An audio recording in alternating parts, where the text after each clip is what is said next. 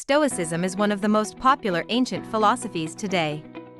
It's got a lot of appeal, the idea that we can face whatever life throws at us with equanimity, that we can be free from our passions, from our destructive emotions like anger and jealousy and fear, and that we can focus instead on what's up to us, on what's in our control, and that by doing so, we can live a life of virtue and happiness. But who were the people that came up with these ideas? What were they actually saying? And how did they live? Today we're going to meet one of the lesser-known but very important figures of Stoicism, Boethus of Sidon. Boethus was a Stoic philosopher from Sidon, and a pupil of Diogenes of Babylon.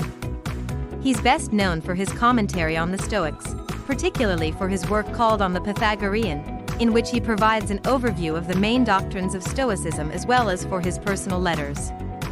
Unfortunately, none of his works have survived in any complete form. We only know about them through fragments and through quotes in other authors' works. So let's see what we can piece together about Boethus and what we can learn from him. So far as we can tell, Boethus was born in Sidon in the eastern Mediterranean around 200 BC and died around 125 BC. He traveled extensively throughout the Greek and Roman world, studying philosophy and talking with other sages. He studied under the Peripatetic school and then under the Stoics Zeno and Cleanthes before becoming the pupil of Diogenes of Babylon.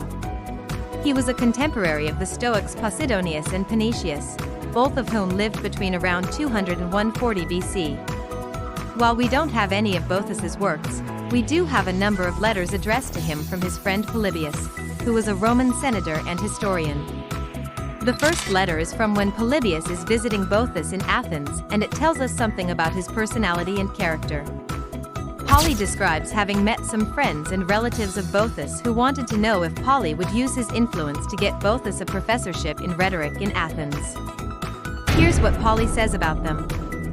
You could see that they were very proud of their relative, and spoke of him as being very intelligent and very witty, and in every way deserving of such an honor. But I think that they were also speaking sincerely and honestly. For even though Boethus does not practice his philosophy in the marketplace but lives very modestly, still, those who know him are full of admiration for his intelligence and his character. You can see here that Boethus doesn't want any special honors or privileges. He just wants to live a simple and modest life. This is in keeping with what little else we know of the Stoics. They weren't a bunch of self-absorbed weirdos who went around ranting about virtue and withdrawing from society. No, they were active participants in public life. Seneca was a Roman senator and playwright. Epictetus was a former slave. Marcus Aurelius was an emperor. Zeno started as a merchant. Cleanthes was a cook and then a poet. Stoicism wasn't a rejection of the world but an engagement with it. And the Stoics knew that being virtuous didn't mean being impractical. It meant living a good and functional life. In another letter, Polybius asks Boethus for advice on what present to get for his son, who is of course named after his philosopher friend. Here's what Boethus says. First of all, I should say that you ought not to give him things that will make him soft, such as silver or gold or purple garments, nor ornaments or jewels or anything of that sort. Rather, you should try to make him strong and self-reliant by giving him a good education and training. If you do this, he will be rich in what really counts, and he will always be able to take care of himself no matter where he goes or what he does. And here again, we see Boethus stressing the importance of character and virtue over material possessions. It's an important lesson for us, especially in our consumerist culture.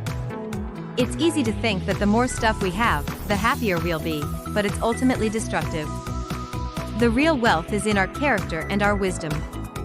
Boethus was a teacher, and he taught many famous students, including the philosopher and statesman Cicero. Little is known about Cicero's philosophical education, but he mentions Boethus in his Tusculan disputations as one of his teachers. In fact, he credits Boethus with teaching him his theory of the emotions, and he gives Boethus the most prominent place among his teachers. This is interesting because Cicero had a bit of a complex relationship with Stoicism. On one hand, he clearly learned a lot from it, and yet at the same time, he was suspicious of its political implications. Stoicism was closely associated with the Populars Party, which advocated for the rights of the common people. And this made it somewhat controversial. Cicero was part of the Optimates party, which represented the interests of the wealthy elite. Nonetheless, Cicero saw the value of Stoicism and he incorporated its teachings into his own philosophy. He applied its methods to politics, using them to argue for the common good and the rights of the oppressed. He used them to deal with his own personal problems and to cope with the stress and difficulties of his life. He passed these ideas on to others, shaping their lives as well.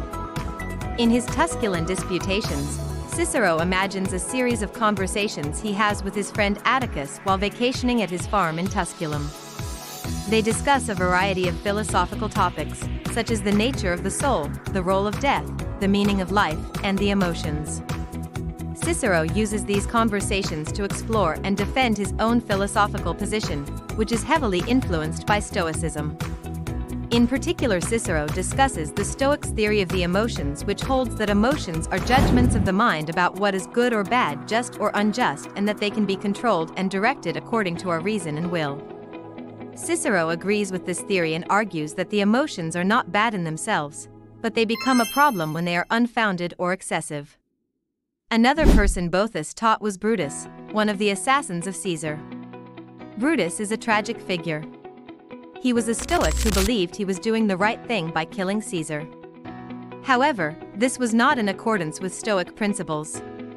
Stoicism was a philosophy of law and order and opposed violence and tyranny.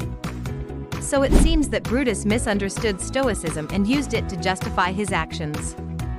Here's Plutarch describing the scene when Brutus is about to cross the Rubicon, the river that separated Italy from the province of Gaul, and thus start a civil war against Caesar. Brutus is hesitating because he knows that this will commit him to a path of violence. But his friend Cassius convinces him to go through with it. Cassius says, "What are you waiting for? Are you afraid of crossing the river? Come on, let's go and free Italy." To which Brutus replies, "It's not that I fear crossing the river, but I am considering what sort of man I shall appear to be after I have crossed it." Then Cassius said, "Very well, here is your answer. The man you will be is the same man you are now." You have often discussed in our philosophical talks the duty of resisting oppression and tyranny. And is this the time to be a coward? So there you have it.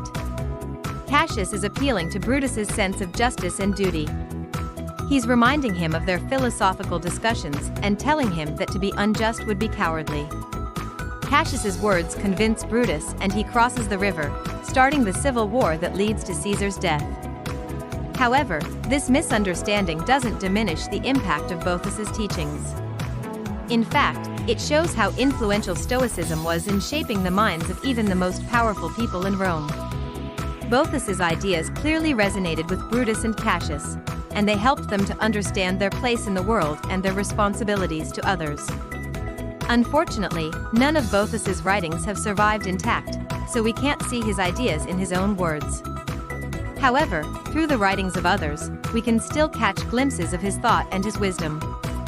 His life and work serve as a reminder of the power of philosophy to shape our understanding of ourselves and our place in the world. As we continue to grapple with the challenges of life, the lessons and insights of Boethus and the other Stoics can help us to find strength and resilience in the face of adversity and can remind us of the importance of living a life of virtue and service to others. Thank you for watching. I hope you enjoyed this episode. If you did, please hit the thumbs up button and share it with a friend. It helps out the channel tremendously. Subscribe for new episodes every week. Also, I'd love to hear from you. What did you think of this episode? What did you find most interesting or helpful? Leave me a comment down below. Thank you for watching, and I'll see you next time.